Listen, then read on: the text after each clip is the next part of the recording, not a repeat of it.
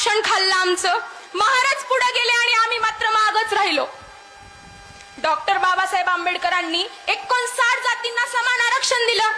मांगाला दिलं, महाराला दिलं, चांबाराला दिलं, ढोराला दिलं, कुंभाराला दिलं, भंगीला दिलं, सगळ्यांना दिलं. का एकट्या महारांनाच दिलं?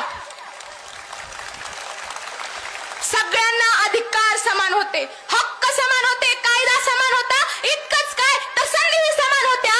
मग फक्त महाराज का पुढे गेले? फक्त महारांचीच का प्रगती झाली? याचा विचार करा, याचं अवलोकन करा. महारांनी संघर्ष निवडला म्हणून महारांची प्रगती झाली. महारांनी स्वाभिमान निवडला म्हणून महारांची प्रगती झाली.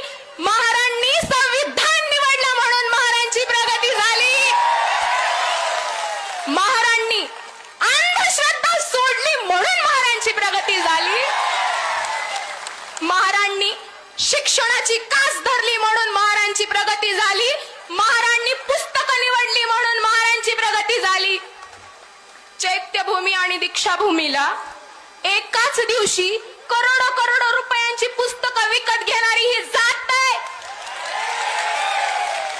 इतकंच काय तर आमच्या बापानं स्वतःच्या पायाला चप्पल घेतलं नाही, पण आमच्या हातात पुस्तक दिलं. आणि आमच्या माईनं सणावाराला नवीन साडी घेतली नाही, पण आमच्या हातात कलम दिली. म्हणून या महारांची प्रगती झाली.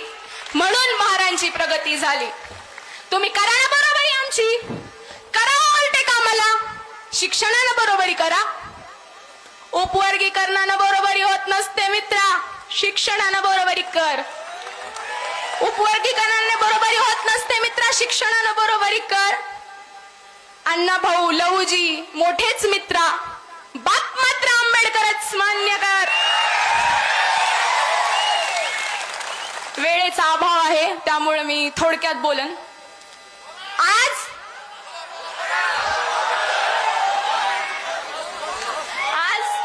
आम्ही इथं कोणाचाही विरोध करण्यासाठी उभे नाहीत, पण आम्ही आमच्या हक्काच्या रक्षणासाठी नक्की उभे आहोत.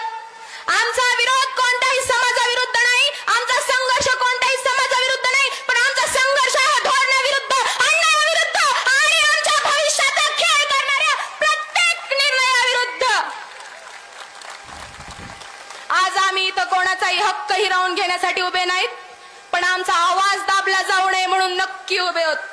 आमचा कारण उपवर्गीकरण हा केवळ एक प्रशासकीय निर्णय नसून